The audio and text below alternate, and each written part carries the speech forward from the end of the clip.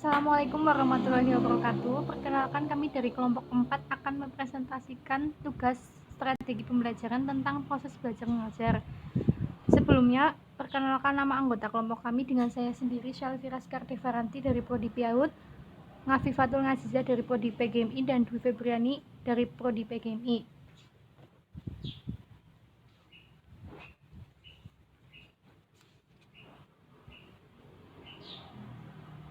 Komponen proses belajar mengajar. Proses belajar mengajar adalah sebuah proses yang di dalamnya terdapat interaksi antara guru dengan siswa dan komunikasi timbal balik yang berlangsung dalam situasi edukatif untuk mencapai tujuan belajar.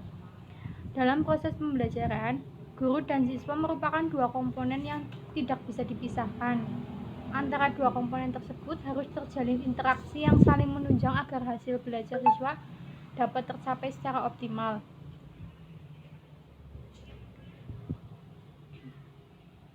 Tujuan pembelajaran dibagi menjadi 3 kategori, yaitu kemampuan intelektual atau kognitif, perkembangan moral atau afektif, dan keterampilan atau psikomotorik.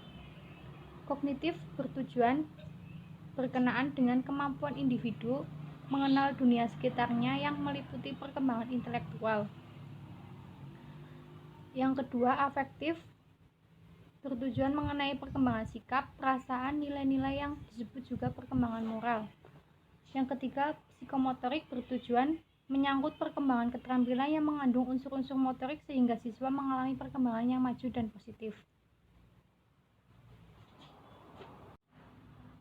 Yang kedua, macam-macam komponen belajar mengajar.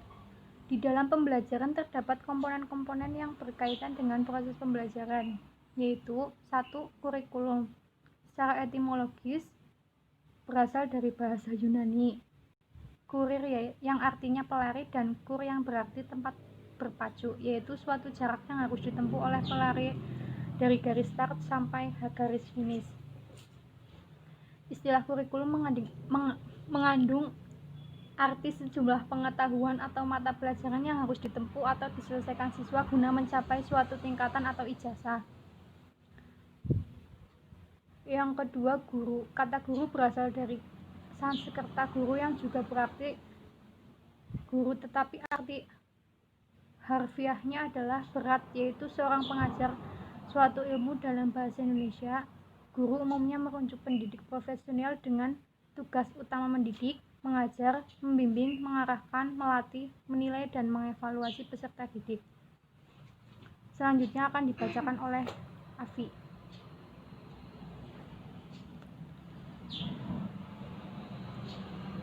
Ya, saya akan melanjutkan macam-macam komponen belajar mengajar. Yang ketiga adalah siswa. Siswa atau murid biasanya digunakan untuk seseorang yang mengikuti suatu program pendidikan di sekolah atau lembaga pendidikan lainnya di bawah bimbingan seorang atau beberapa guru. Yang keempat, metode pembelajaran. Metode pembelajaran adalah cara yang dapat dilakukan untuk membantu proses belajar mengajar agar berjalan dengan baik. Metode-metode tersebut ada dua. Yang pertama, metode tanya-jawab. Metode tanya-jawab adalah metode active learning yang berpusat pada siswa yang sesuai dengan kurikulum yang digunakan saat ini, yakni kurikulum Kurtilas yang berpusat pada siswa. Yang kedua, metode diskusi. Metode diskusi adalah mode belajar mengajar yang sangat erat hubungannya dengan memecahkan masalah atau problem solving. Yang kelima, materi pembelajaran. Materi pembelajaran merupakan salah satu faktor penentu keterlibatan siswa. Yang keenam, alat pembelajaran atau media. Media adalah alat perantara untuk menyampaikan pesan atau informasi. Kata media berasal dari bahasa Latin dan merupakan bentuk jamak dari medium yang secara harfiahnya berarti perantara atau pengantar. Media pembelajaran adalah perangkat lunak atau software atau perangkat keras atau hardware yang berfungsi sebagai alat belajar dan alat bantu belajar. Yang terakhir, evaluasi. Evaluasi secara istilah adalah evaluation yang berasal dari bahasa Inggris. Evaluation menurut Wan dan Brown, evaluasi adalah suatu tindakan atau suatu proses untuk menentukan nilai dari suatu hal. Menurut pendapat lain, evaluasi adalah kegiatan mengumpulkan data seluas-luasnya, sedalam-dalamnya yang bersangkutan dengan kapabilitas siswa, guna mengetahui sebab akibat dan hasil belajar siswa. Yang selanjutnya, B. Faktor-faktor yang mempengaruhi belajar mengajar. Faktor-faktor yang mempengaruhi keberhasilan tersebut adalah 1. Tujuan pembelajaran. Tujuan pembelajaran menggambarkan bentuk tingkah laku atau kemampuan yang diharapkan dapat dimiliki siswa setelah proses pembelajaran. Yang selanjutnya akan dilanjutkan oleh teman saya, Mbak Dwi.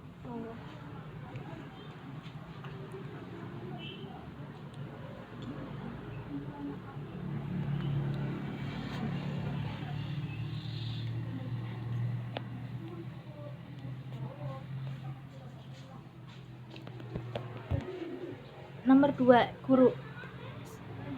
Ada beberapa aspek yang menentukan keberhasilan guru dalam proses belajar mengajar, yaitu yang pertama kepribadian, kedua pandangan terhadap anak didik, yang ketiga latar belakang dan pengalaman guru. 3. Anak didik. Aspek dari anak didik yang mempengaruhi keberhasilan belajar mengajar adalah psikologi anak didik, biologis anak didik, intelektual anak didik, kesenangan terhadap pelajaran, cara belajar anak didik. Yang keempat, media pembelajaran. Media pembelajaran ini membuat konkret konsep-konsep yang masih abstrak. Kelima, kegiatan pengajaran. Kegiatan pengajaran adalah terjadinya interaksi antara guru dengan anak didik dengan bahan pembelajaran sebagai perantaranya. Ada 3 aspek yang dapat dilihat dalam kegiatan pengajaran untuk keberhasilan belajar mengajar, yaitu yang pertama, gaya mengajar guru, pendekatan guru, strategi penggunaan metode. Yang keenam, evaluasi.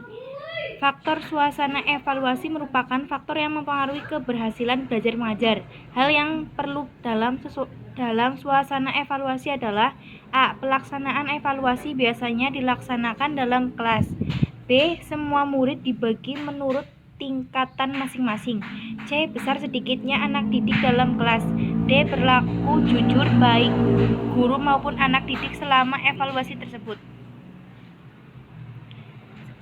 Sekian presentasi dari kami, kurang lebihnya banyak salah, mohon maaf yang sebesar-besarnya. Wassalamualaikum warahmatullahi wabarakatuh.